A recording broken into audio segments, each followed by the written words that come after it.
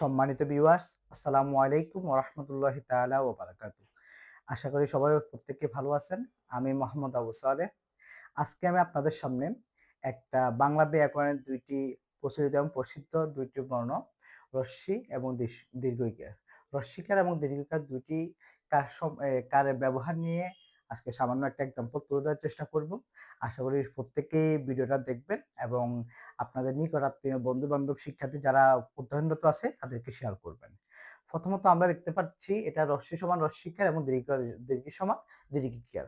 এই ২ টা কাজ সম্পর্কে আমরা সবাই একেবারে প্লেন জামার থেকে শুরু করে একদম হায়ার এডুকেটেড পর্যন্ত সবাই জানেন। কিন্তু ধরেন আমাদের কিছু ছাত্র শিক্ষার্থীরা এই ২ টা কারের ব্যবহার সম্পর্কে অনেক সময় তারা মিস্টেক করে এবং লেখা এবং পড়ার ক্ষেত্রে তারা এখানে মিস্টেকের শিকার হয়। যেমন ধরো আমরা এই রস্যিকার এবং দীর্ঘিকার ব্যবহারের ক্ষেত্রে আমরা একটা জিনিস লক্ষ্য করতে পারি, এই রস্যি সমান রস্যিকার আসলে কোন অবস্থায় আসলে বর্ণের কি উচ্চারণ হবে এবং বর্ণের শেষে আসলে একটা সেন্টেন্সের শেষে আসলে কিভাবে তা উচ্চারণ হবে এবং ওটার কাজ কি হবে। প্রথমত আমরা দেখি এই রস্যি সমান রস্যিকা, এই রস্যিকারটা যদি আমরা এখানে যদি একটা উদাহরণ দিয়েছি আপনাদের বোঝার সুবিধার্থে, যেমন তুমি কি রহিমকে চেনো? এখানে কি শব্দটা দিয়ে এখানে একটা প্রশ্ন সর্বশেষ একটা প্রশ্নবোধক চিহ্ন আছে। তো কি দ্বারা এখানে উদ্দেশ্য হচ্ছে তুমি কি রহিমকে চেনো? এর উত্তরে আমরা দিতে পারি হ্যাঁ।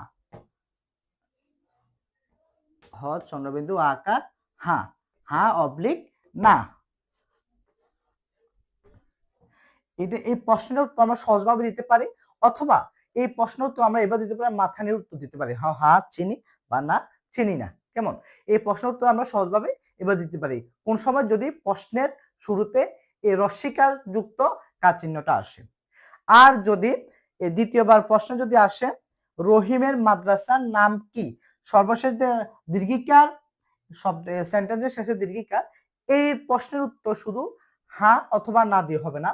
এই প্রশ্নের উত্তরে আমরা লিখতে হবে এই প্রশ্নের চাহিদার উত্তরের চাহিদাটা কি। এখানে আমরা প্রথম প্রশ্ন আপনারা দেখেন, আমরা প্রথম প্রশ্ন উত্তরে দিয়েছিলাম রস্যিকারের উত্তরে এটা দিয়েছিলাম হ্যাঁ অথবা না, একটা দিলে প্রশ্নটা উত্তর কমপ্লিট হয়ে যাবে।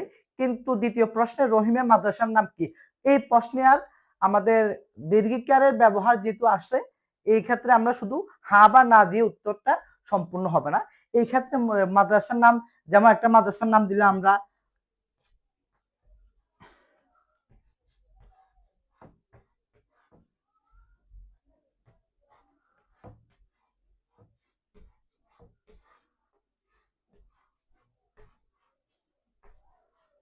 আলমদিনা, হ্যাঁ, আমরা একটা মাদ্রাসার নাম দিলাম আলমদিনা। এক্ষেত্রে এই প্রশ্নটা উত্তর আমরা আলমদিনা দিলে প্রশ্নটা উত্তরে পরিপূর্ণতা হবে। এমন আমাদের অনেক শিক্ষার্থী বন্ধুরা এবং যারা বাচ্চাদেরকে পড়ান, তারা এই ক্ষেত্রে অনেকে একটু মিস্টেক করেন, যেটা এই শব্দের শুরু অংশে কি এটাও প্রশ্ন এবং শব্দের সেন্টেন্সের শেষ অংশে দীর্ঘিকার এর দ্বারা এটাও একটা প্রশ্ন, কিন্তু দুটোটা প্রশ্ন উত্তর কিন্তু সেম আসে না। ঠিক এরকম ভাবে আমরা প্রথম প্রশ্নটা উত্তর যে রস্যিকার দিয়ে যদি দেখতে পারি, তো এটা উত্তর আসবে হ্যাঁ বা না, সংক্ষিপ্ত একটা প্রশ্ন দিয়ে উত্তর শেষ হয়ে যাবে। এবং দীর্ঘিকার দ্বারা প্রশ্নের উত্তর আসলে ওই প্রশ্নের উত্তরে প্রশ্নের নামটা এবং প্রশ্নের যেটা চাচ্ছে, যেটা প্রশ্ন করা হচ্ছে, ওই প্রশ্নটা পুরোটা এক্সাম্পল বা উদাহরণ ওই প্রশ্নতে দেওয়া লাগবে। তো এরকম যদি আরো ভিডিও চান বা শিক্ষামূলক ভিডিও পেতে চাইলে আমাকে উৎসাহ দিবেন। ইনশাআল্লাহ সামনে আরো কিছু ছোট, ছোট টপিকস নিয়ে কথা বলবো। ইনশাআল্লাহ আমরা একে জানবো এবং অন্যকে জানাবো। ঠিক আছে? আসসালামু আলাইকুম ওয়া রাহমাতুল্লাহ।